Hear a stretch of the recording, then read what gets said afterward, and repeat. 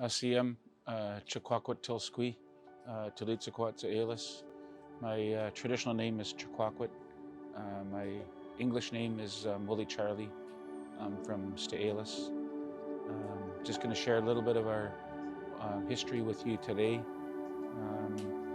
We have many stories that can bring us back to the creation story, to the time of the Great Flood, to the time of the Ice Age. One of the stories that I'll share with you kind of relates more here to the village of Harrison Hot Springs.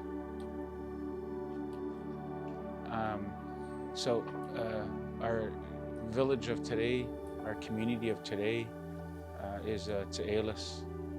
At one time we had many villages all the way around this lake. This lake is a big lake. It's about 40 miles long, 80 kilometers long. We had villages all the way around this lake, and then down on the Harrison River. And then a couple of villages, 3 villages up at Sts'ailes Lake. The governments came in and they put us onto a reservation. And that reservation today is called Sts'ailes. That word Sts'ailes means the beating heart. And so there's the story that goes along with how we come to Sts'ailes. They say at one time there was a Sts'ailes. He was a shaman, Indian doctor. He lived at 10 Mile Bay. In our belief, we say that usually people only have one gift because life is too short to master more than one gift. But Shay, his first ability was to stay young. They say he was hundreds of years old. And the older he became, the more powerful he became, the more gifts he was able to manage. And whenever you have a gift, that gift belongs to your family, belongs to the people, and you share that gift with people. Because you're like an ambassador of your family. However you carry yourself, however you conduct yourself, is a reflection on your family. It's a reflection on your parents and your grandparents and your great-grandparents. It's a reflection on your community you come from. I always tell people I love my grandparents and I don't want anybody talking bad about my grandparents. So I try to carry myself in a good way. Anyway, the older Charles became, the more gifts he was able to master. And the more powerful he became, the more arrogant he became. And he started to use those powers for selfish reasons, for self-serving reasons. And all of the people in his village feared him because of how powerful he was. And he used that to manipulate them and to control them. And that was about the same time as the coming of the Sts'ailes.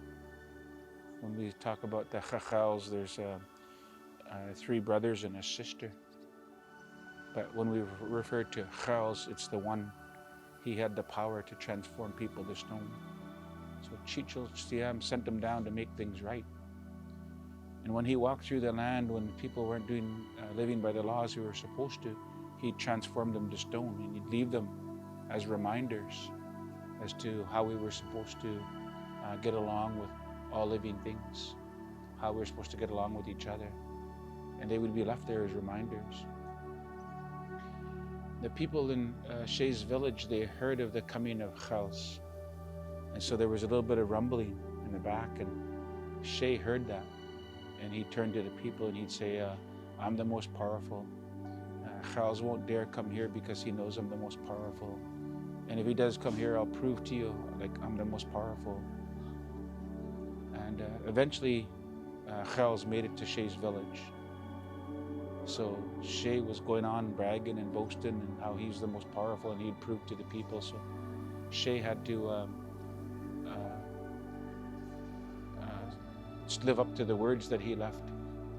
So he challenged Shay to a series of contests.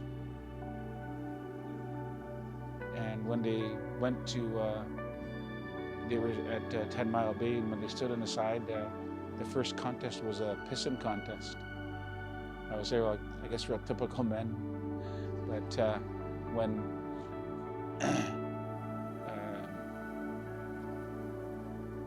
Sts'ailes went first, when he left the piss, he was on the west side, and he pissed over the lake and onto the other side, and with his urine he made Silver River, we called Sts'ailes. When Shay went, he left the piss, he pissed over the lake and over the mountains onto the other side, and with his urine he made Spasm Creek. And so Shay won that first contest. Their second contest was they were going to paddle their canoe to the middle of the lake.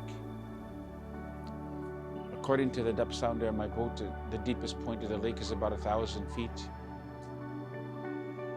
But we have stories that talk about some parts that are like bottomless, or they connect to other places, and they come up in other places.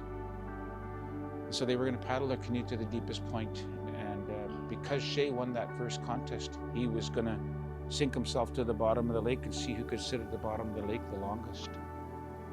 And while he was at the bottom, Sts'ailes transformed the entire lake to a solid sheet of ice. But Shay was really crafty, and he was really smart, and he had a little necklace. And on his necklace he had lots of different ornaments and tools. And so when he came to the surface and it was ice, he had a little pick, and he picked a hole through the ice. When he came through to the surface, he also had a pair of snowshoes, and he enlarged the snowshoes and he put them on. And he started to make his way back to his village. One of the other powers that Shay had many powers, but all of his power was only on this lake, on Harrison Lake. One of them was to make distance. Another one was to control the weather on the lake. And so he made the lake a snowstorm on the lake, that it was so bad that you could hardly see your hand in front of you. And with his snowshoes on, he started to go back to the village. The making of distance, the easiest way to describe making distance is if you have a pair of binoculars and you look through binoculars and everything comes close. And if you flip the binoculars around, you look the other way, everything goes really far.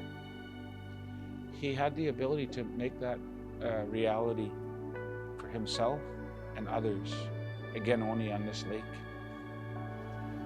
And so he made the distance for himself to get back to the village really short, and he was there in no time. But he made the distance for Sts'ailes very long, and it took Sts'ailes days to get back to the village. And when he got back to the village, to his surprise and his amazement, there was Shay sitting by the fire sipping on tea, and he was half frozen. The contest got a lot more serious after that, and they started to throw their powers back and forth at each other. And Sts'ailes, he transformed the Shay into a robin, and Shay was powerful enough to make himself human again.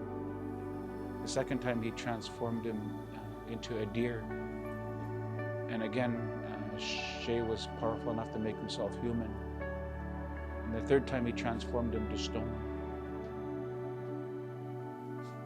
Sts'ailes was afraid that if Shay was given enough time, he would find a way to make himself human again. And so when he turned to stone, he reached across and he tore out his heart, and he threw his heart down the river. And that floating island, that bouncing island, was Sts'ailes, the beating heart. He reached across and he broke his nose off, and he threw his nose down the river.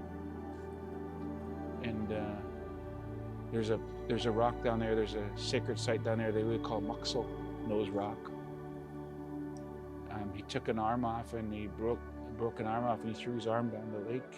And that's where that Cascade Peninsula is. The arm sticks out into the lake. And he took the main body part of Shay, and he threw it up to the lake. And about 3/4 way up the lake, about 30 miles away up the lake, there's a place, the sheer rock. That's where Shay's body is. We now call it Doctor's Point. My grandfather said Shay, he still has the ability to control the weather on the lake. And so whenever we come onto the lake, we have to leave an offering.